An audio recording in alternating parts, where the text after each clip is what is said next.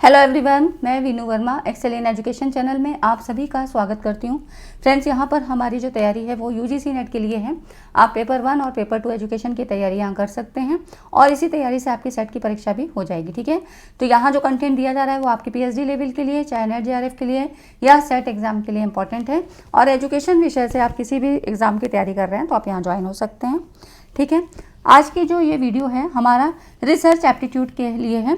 1 day 1 unit, मतलब एक दिन में हम 1 यूनिट को मैक्सिमम करने की कोशिश करेंगे। ठीक है, आपका एक कंप्लीट रिवीजन हो जाएगा विद पीवाईक्यूज। तो पीवाईक्यूज करने इस समय ज़्यादा ज़रूरी होते हैं।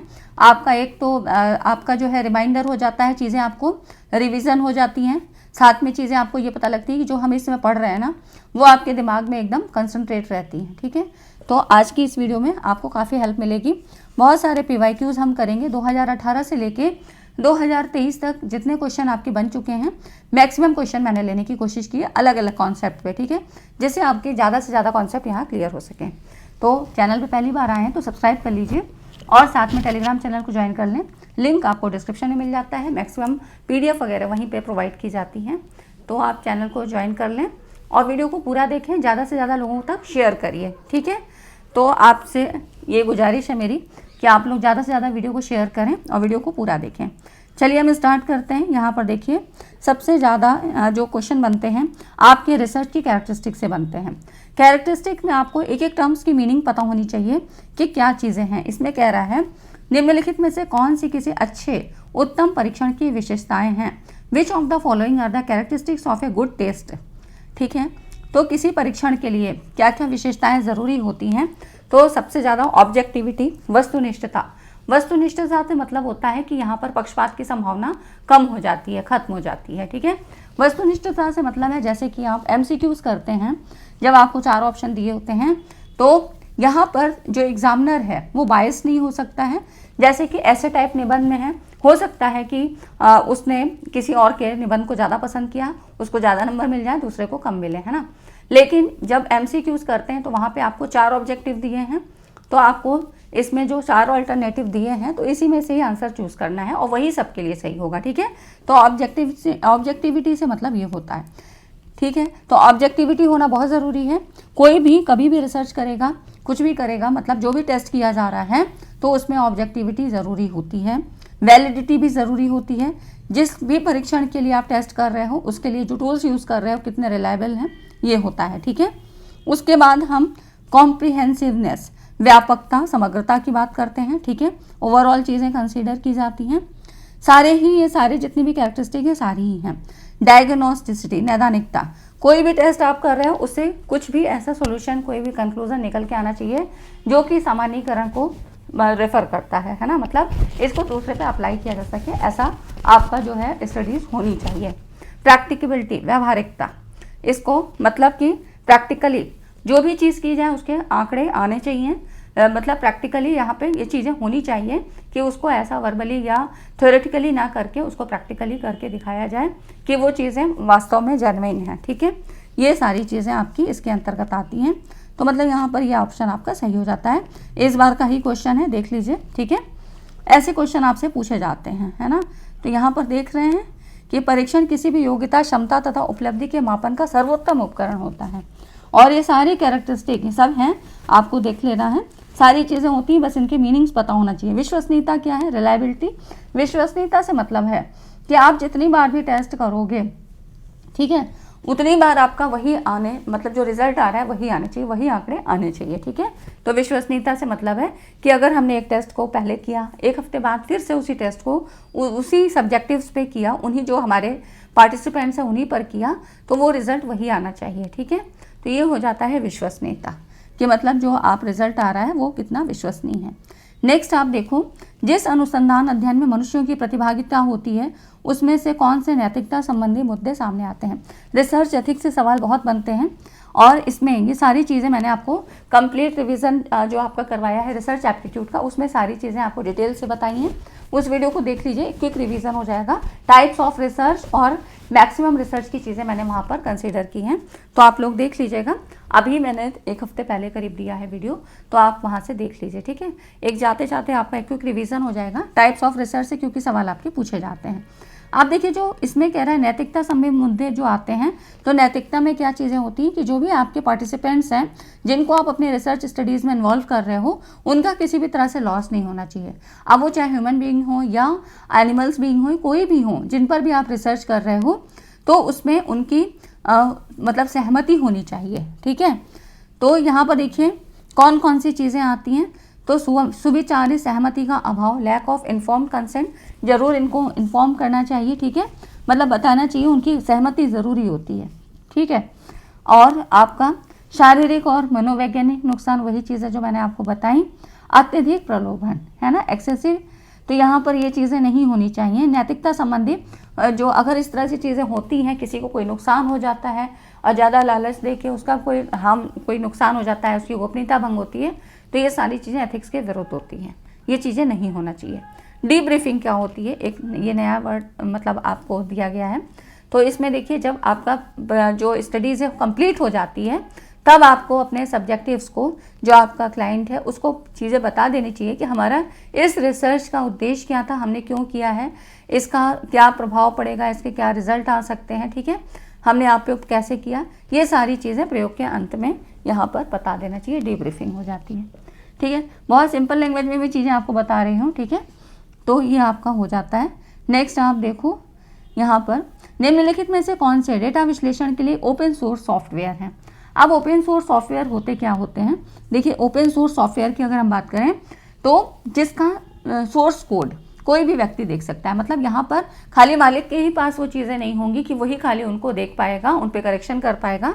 इनका सोर्स कोड कोई भी व्यक्ति देख सकता है और उसको एक्सेस कर सकता है, करेक्शन कर सकता है। अगर कोई करेक्शन करना है तो वो भी कर सकता है। ठीक है, ये सारी चीज़ें आप वहाँ पे भी पढ़ते हो, ICT में भी पढ़ते हो। तो ओपन सोर्स सॉफ्टवेयर, तो इसमें देखिए पूछ रहा है कि डेटा एनालिसिस के लिए कौन सा ओपन सोर्स सॉफ्टवेयर है ना। तो यहाँ पर ये देखिए इसमें जो है आपका ये है R, है ना, ये जो है इसका राइट आंसर R है। R ये क्या होता है, तो इसमें देखिए R क्या है, स्टैटिस्टिकल सॉफ्टवेयर है जो सांख्यिकी, कंप्यूटिंग और ग्राफिक्स के लिए यूज़ करते हैं। बाकी क्या होते हैं, SPSS क्या है, ये सारी चीज़ें हम देख लेते हैं। देखिए मिनीटैब क्या है, क्योंकि बाकी चीज़ें मैं आपको आगे बताती हूँ। मिनीटैब क्या है, मिनीटैब ये परिचयात्मक सांख्यिकी के शिक्षण के लिए लिया जाता है, एक स्टैटिस्टिकल पैकेज है। ठीक है, तो ये मिनीटैब हो जाता है। बाकी हम जितने भी आपके जो और ये सॉफ्टवेयर हैं ये देख लेते हैं। जनरल डाटा और एनालिसिस के लिए कौन कौन से हैं, मतलब एनालिसिस और स्टैटिस्टिक्स के लिए, सांख्यिकी परीक्षण के लिए कौन कौन से यूज़ किए जाते हैं। R है ना, देखिए R है ए programming language and free software environment for statistical computing and graphics के लिए। ठीक है, तो जहाँ कंप्यूटिंग, सांख्यिकी, कंप्यूटिंग और ग्राफिक्स की बात होगी वहाँ पे R का प्रयोग करेंगे। प्रोग्रामिंग लैंग्वेज है, फ्री सॉफ्टवेयर प्रोग्राम है। फिर है पाइथन, ये भी क्या है, वाइडली यूज विथ लाइब्रेरीज, है ना। तो ये आपके नाम दिए हुए हैं, तो ये तो अलग अलग डिफरेंट नाम है। डेटा एनालिसिस और मशीन लर्निंग के लिए है पाइथन। SPSS इसका फुल फॉर्म कई बार पूछा जाता है। ए सॉफ्टवेयर पैकेज ये है यूज फॉर स्टैटिस्टिकल एनालिसिस, इसका फुल फॉर्म है statistical package for the social science. ठीक है, तो यहाँ पर ये इसका फुल फॉर्म जरूर याद रखिएगा, statistical package for the social science. ठीक, तो सांख्यिकी पैकेज फॉर द सामाजिक विज्ञान। तो ये आपका इंग्लिश में ही नाम याद रखिए, हिंदी में थोड़े से। SAS एक सॉफ्टवेयर है, suite use for advance analytics, business intelligence, data management and predictive analysis. ठीक है, ये हो जाता है। तो यहाँ पर ये सारे आपके प्रोग्राम्स हैं। उसके बाद देखिए मैटलैब, ये भी आपका आगे क्वेश्चन पूछा गया है। ये क्या है, high level language and interactive environment use for numerical computation, visualization and programming. ठीक है, तो यहाँ पर ये जो है प्रोग्रामिंग के लिए मैटलैब, इंजीनियरिंग वाले छात्र यहाँ पे मैटलैब का यूज़ करते हैं। ठीक, तो उसके बाद एंड नोट, यहाँ से भी क्वेश्चन आपसे पूछा गया है। एक कॉमर्शियल रेफरेंस मैनेजमेंट सॉफ्टवेयर है। ठीक, यहाँ पे ये रेफरेंस मैनेजमेंट सॉफ्टवेयर है, आपके जो है रिसर्च में यूज़ किया जाता है। Package use to manage bibliography and references, जहाँ बिब्लियोग्राफी और रेफरेंसेस में यहाँ पे एंड नोट का यूज़ करते हैं। ठीक, मेंडले ये भी पूछा गया है, free reference manager and academic social network. Zotero a free open source reference management software to manage bibliographic data and related research material. तो ठीक है, तो ये भी क्या है, open source reference management software है। जो बिब्लियोग्राफिक डाटा को मैनेज करता है। तो ये हो गए आपके कुछ रिसर्च के सॉफ्टवेयर जो बिल्कुल आपको पता होने चाहिए कहाँ से पूछा जा रहा है ना।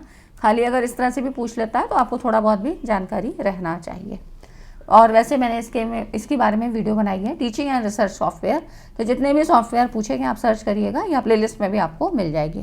प्लेलिस्ट में आपको देखिए सारे 500 क्वेश्चन की सीरीज दी जा रही है हर यूनिट के, और जितने नए कॉन्सेप्ट हैं वो भी मैंने आपको करवा दिए हैं, जो नए नए कॉन्सेप्ट पूछे जा रहे हैं, और आपको यूनिट वाइज सारा जो है इंट्रोडक्शन करवा दिया गया। ठीक है, जितने भी डिटेल कॉन्सेप्ट हैं वो सारे वहाँ पे करवाए हैं, थ्योरेटिकल कॉन्सेप्ट। ठीक, अब देखिए नेक्स्ट हम आते हैं, चौथा क्वेश्चन है साहित्य समीक्षा लिखने के सही कारणों की पहचान करें। साहित्य समीक्षा क्यों लिखी जाती है, क्यों की जाती है? तो यहाँ पर देखिए साहित्य समीक्षा इसलिए की जाती है कि इससे आप जब रिसर्च करने जा रहे हो तो आप इसके द्वारा पता कर सकते हो कि अब तक इस फील्ड में कितनी स्टडीज़ हो चुकी है, क्या बाकी रह गया है, किस टूल्स का उन्होंने यूज़ किया था, ठीक है, कौन कौन से मेथड्स का यूज़ किया है, ये सारी चीज़ें आपको सारा चीज़ पता लग जाता है। तो साहित्य समीक्षा identify the correct reason for writing A literature review के लिए हमें यहाँ पर देखिए ये जानना हुआ कि आपके शोध क्षेत्र के संबंध में क्या पहले से ज्ञात है ना। तो ये चीज़ें पता लगती हैं, आपको एक विश्लेषणात्मक ढांचा विकसित करने में मदद कर सकता है, बिल्कुल, है ना। इसके द्वारा हमें सारी चीज़ें पता लग जाती हैं, जो चीज़ें आपको बताई कि कौन सी मेथडोलॉजी से यूज़ किया है, कौन से टूल्स के यूज़ किए हैं, है ना, क्या क्या चीज़ें, कितना स्टडीज़ किया है, किस फील्ड में क्या रह गया है, कुछ कमी रह गई है, ये सारी चीज़ें। ठीक है, फिर उसके बाद देखिए यह आपके निष्कर्षों की व्याख्या में भी मदद करेगा, बिल्कुल सही बात है। और जब आप आगे रिसर्च करना चाहते हो तो उसमें भी ये हमारा जो लिटरेचर रिव्यू है ये मदद करता है, तो आपके आगे के शोध प्रश्न को भी सुझा सकता है। ठीक है, उसी से मतलब आपको पता लगता है कि किस फील्ड में अभी बाकी रह गया है ना। रिसर्च का मतलब भी क्या है कि कुछ नए तथ्यों, नई फाइंडिंग्स को हम जो है यहाँ पर प्राप्त करने की कोशिश करते हैं। ठीक है, तो कुछ नए तथ्यों को पता लगाना, नए रिजल्ट निकालना, नए कंक्लूजन निकालना। ठीक है, जो चीज़ें हो चुकी हैं उनमें से कुछ नए तथ्यों को निकालना, जो चीज़ें रह गई थी, है ना। तो ये देखिए इस तरह से क्वेश्चन आपसे दिसंबर 2023 में पूछे गए हैं। बहुत ज़्यादा कठिन नहीं है, बस आपके कॉन्सेप्ट की क्लेरिफिकेशन कितनी ज़्यादा होगी तब आप क्वेश्चन कर पाओगे। ठीक, अभी वीडियो को लाइक नहीं किया तो आप लोग लाइक एंड शेयर ज़रूर कर दें, क्योंकि ऐसे इंपॉर्टेंट कॉन्सेप्ट मैं आपके लिए लेके आ रही हूँ जिससे आपकी हेल्प हो जाए लास्ट मिनट रिविजन में। ठीक है, यहाँ पर आप देख सकते हैं। नेक्स्ट आप देखो यहाँ पर है स्टेटमेंट का सवाल है, 2 स्टेटमेंट दिए हैं। इसमें कह रहा है SPSS एक ओपन सोर्स सॉफ्टवेयर है फॉर डेटा एनालिसिस। तो SPSS statistical package for the social science, है ना, ये इसका फुल फॉर्म है। ये क्या है, जो है एनालिसिस के लिए यूज़ करते हैं, नहीं, ये स्टैटिस्टिकल एनालिसिस के लिए यूज़ करते हैं। ठीक है, तो यहाँ पर ये वाला आपका रॉन्ग हो जाता है। और दूसरा कह रहा है टर्निटिन, ये क्या है, स्टैटिस्टिकल डाटा के लिए अत्यधिक उपयोगी सॉफ्टवेयर है, तो ये डेटा एनालिसिस के लिए होता है ना।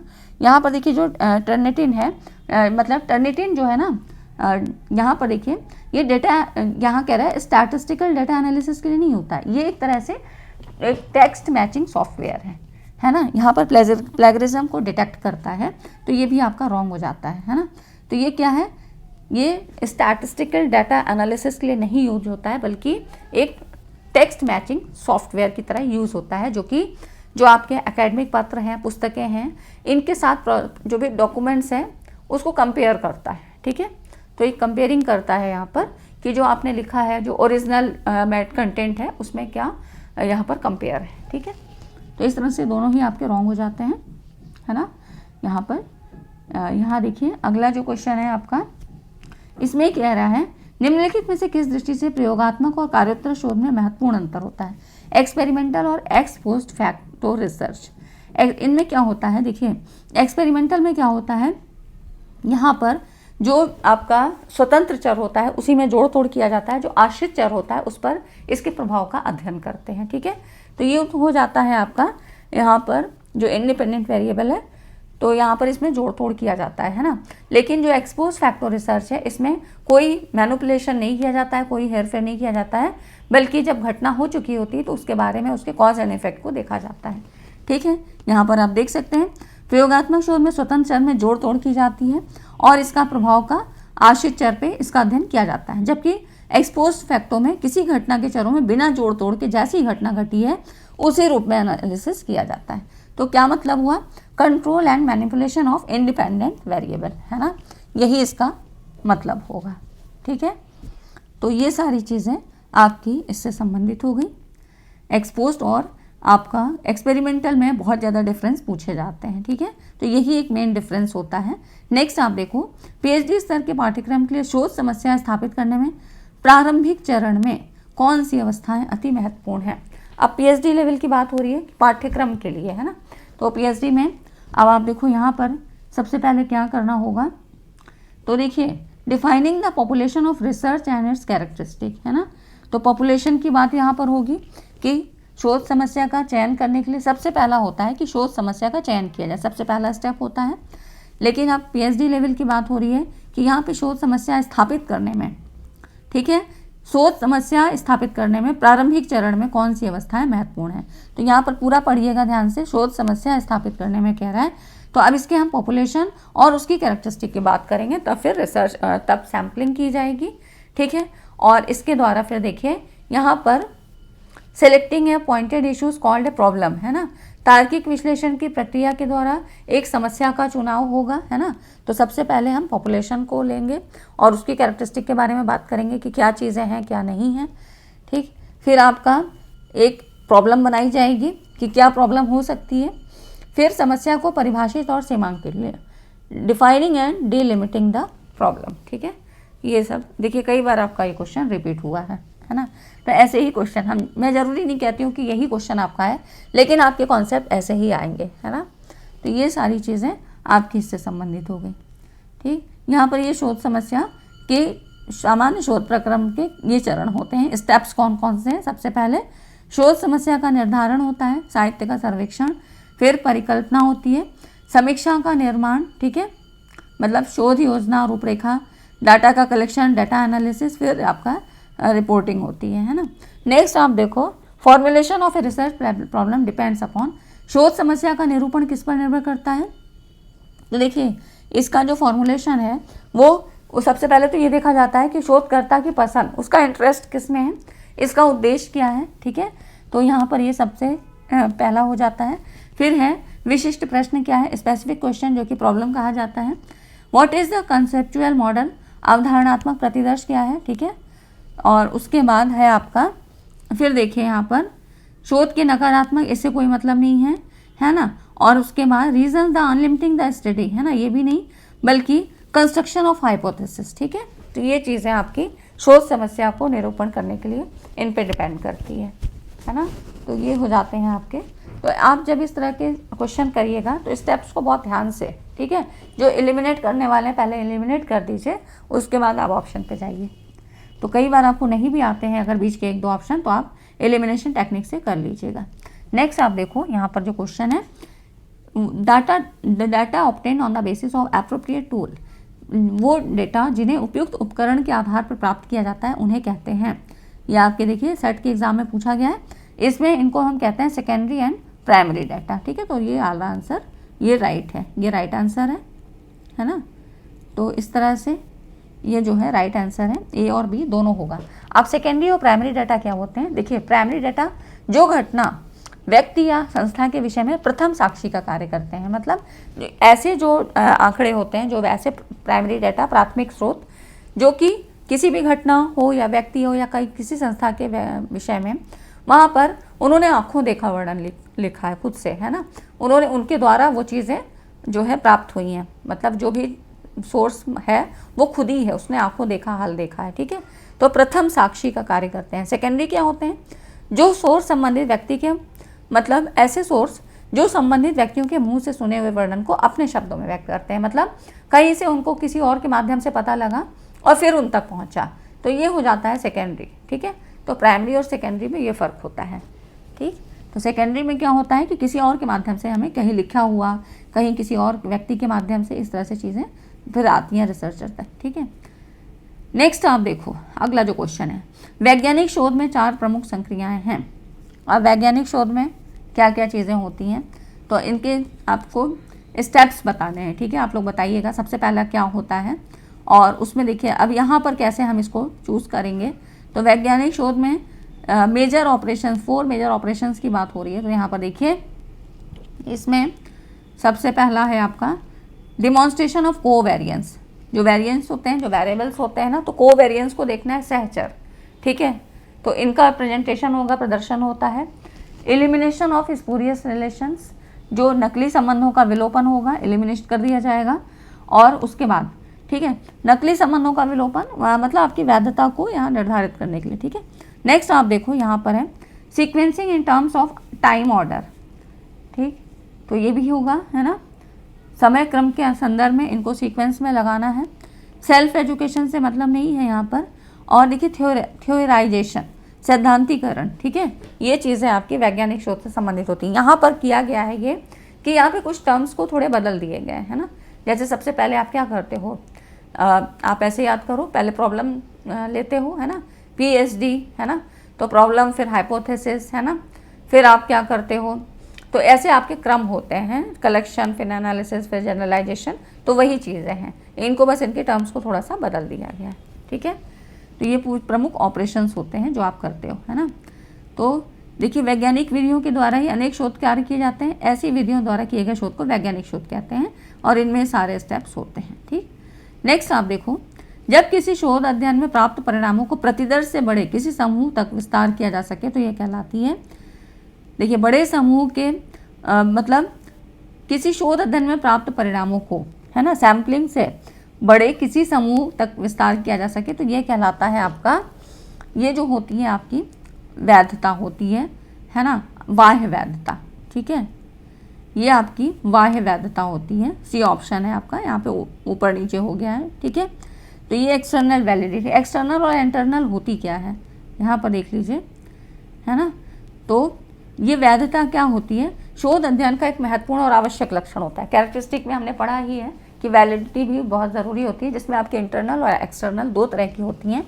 अब देखिए बाह्य वैधता क्या है, यहाँ पर जो चीज़ें मायने रखती हैं वो है निष्कर्ष का सामान्यीकरण क्षमता और प्रतिनिधित्व क्षमता से। मतलब जो भी कंक्लूजन मिल रहा है, जो रिजल्ट आ रहा है, उसका सामान्यीकरण कितना किया जा सकता है, कितना वो समाज के लिए या हमारे वातावरण के लिए कितना अच्छा उपयोगी है, इसकी मतलब सामान्यीकरण कितने ज़्यादा से ज़्यादा समूह पर हम इसको अप्लाई कर सकते हैं जो भी रिजल्ट मिल रहा है, और किस तरह से कितना अच्छा ये अपने सैंपल को रिप्रेजेंट कर रहा है, ठीक है। तो प्रतिनिधित्व क्षमता मतलब जो भी पॉपुलेशन से सैंपल आपने लिया है कितना अच्छे से उसको अपने को रिप्रेजेंट कर रहा है, तभी सामान्यीकरण कर पाएंगे। ये हो जाती है बाह्य वैधता से मतलब, ठीक है। तो बाह्य वैधता में ये सारी चीज़ें डिपेंड करती हैं कि आप किस तरह के वातावरण में क्या कर रहे हैं, कैसी चीज़ों को कंट्रोल किया है, ठीक है। ये चीज़ें होती हैं कि एक्सपेरिमेंट आपका किस तरह का है। आंतरिक वैधता में क्या चीज़ें होती हैं, आंतरिक वैधता जो इंडिविजुअल क्वालिटीज़ होती हैं, जैसे कि आपका समकालीन इतिहास, टाइम का जो है वेरी करना यहाँ पर, है ना। तो पहले क्या घटनाएं घटी थी, अब इस समय क्या उनका प्रभाव है, ये सारी चीज़ें आंतरिक वैधता में आती हैं, जिसमें समकालीन इतिहास मतलब टाइम को रेफरेंस लिया, परिपक्वता, मैच्योरिटी, ठीक है। जैसे कि अगर इसमें भी वही चीज़ आ गई कि पहले किसी का कभी मतलब किसी पर जो है रिसर्च की गई, स्टडीज़ की गई, और कुछ समय बाद करते हैं तो उसकी एज तो बढ़ेगी ना, उसका मेंटल लेवल भी बढ़ेगा। तो बिल्कुल ये सारी चीज़ें आंतरिक वैधता के अंतर आती हैं, जो कि रिफ्लेक्ट करेगी कहीं ना कहीं रिजल्ट को आपको जो है प्रभावित करेगी, ठीक है। मापन यंत्र, है ना, उसकी एक्यूरेसी क्या है, ठीक है। और यहाँ पर फिर है कोई व्यक्ति कि पहले था, वो शामिल था स्टडीज़ में, लेकिन उसके बाद चला गया छोड़ के। तो ये सारी चीज़ें आंतरिक वैधता से संबंधित होती हैं, ठीक है। इसी तरह मैंने आपको बताया है, सारी चीज़ें बताई हैं वैधता से संबंधित, ठीक है फ्रेंड्स। तो ये हो जाता है आपका बाह्य और आंतरिक वैधता। नेक्स्ट आप देखो, और लास्ट क्वेश्चन है, निम्नलिखित में से किस क्रम में पैराडाइम, मात्रात्मक प्रतिमान, क्वांटिटेटिव पैराडाइम, इसका उपयोग करते हुए शोध के चरणों को सही ढंग से दर्शाया है। कहीं कहीं पर आपको बस कंफ्यूज करने के लिए इस तरह के टर्म्स को डाल दिया जाता है, जैसे कि क्वांटिटेटिव पैराडाइम की बात हो रही है ना। तो सबसे पहला हमारा स्टेप क्या होता है, शोध के चरणों की अगर हम बात करें तो सबसे पहले हमारा होता है समस्या की पहचान, सबसे पहला यही होता है।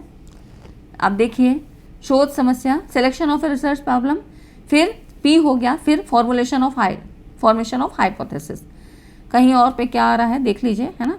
तो हाइपोथेसिस पहला, यहाँ पर हाइपोथेसिस तो हम नहीं बनाते हैं, ये वाला नहीं होगा, है ना। Problem identification, selection of sample भी नहीं सबसे पहले, है ना। यहाँ पर देखिए, और फिर है डिफाइनिंग ए प्रॉब्लम। सबसे पहले हमें क्या करना होता है, सबसे पहले प्रॉब्लम को सेलेक्ट करते हैं, फिर उसमें क्षेत्र की पहचान करते हैं, फिर हाइपोथेसिस बनाई जाती है, फिर हाइपोथेसिस टेस्टिंग, है ना। तो सबसे पहले तो सैंपल नहीं बनाते हैं, ये वाला भी कट जाएगा आपका, तो ये वाला ऑप्शन आपका सही है, ठीक है। डिफाइनिंग ए प्रॉब्लम, सर्वे, ये तो बिल्कुल भी नहीं होगा, है ना। तो इस तरह से आपको यहाँ पर पूरा पढ़ लेना है, तभी आप आंसर तक जाएंगे। सबसे पहले selection of research problem, formation of hypothesis, परिकल्पना बनाते हैं, परिकल्पना की टेस्टिंग करते हैं, फिर generalization and conclusion and implication of result, result का जो है किस तरह से हम परिणामों के मतलब एप्लीकेशन करेंगे, किस तरह से इम्प्लीमेंट करेंगे, ठीक है। तो ये सारी चीज़ें आपके शोध के चरणों में होती हैं, ठीक है फ्रेंड्स। तो आज की वीडियो में इतने ही। उम्मीद करती हूँ ये वीडियो आपको अच्छी लगी होगी और कुछ कॉन्सेप्ट आपके क्लियर हो गए होंगे, ठीक है। तो अभी आपका MCQs या PYQs करना, सबसे ज़्यादा PYQs आप करिए, प्रीवियस ईयर क्वेश्चन करने बहुत ज़्यादा ज़रूरी है, ठीक है। तो आज की वीडियो में इतना ही। वीडियो अच्छी लगी तो लाइक एंड शेयर करिएगा। मिलते हैं अगली वीडियो में, तब तक के लिए चैनल पर बने रहिए। Thanks for watching this video.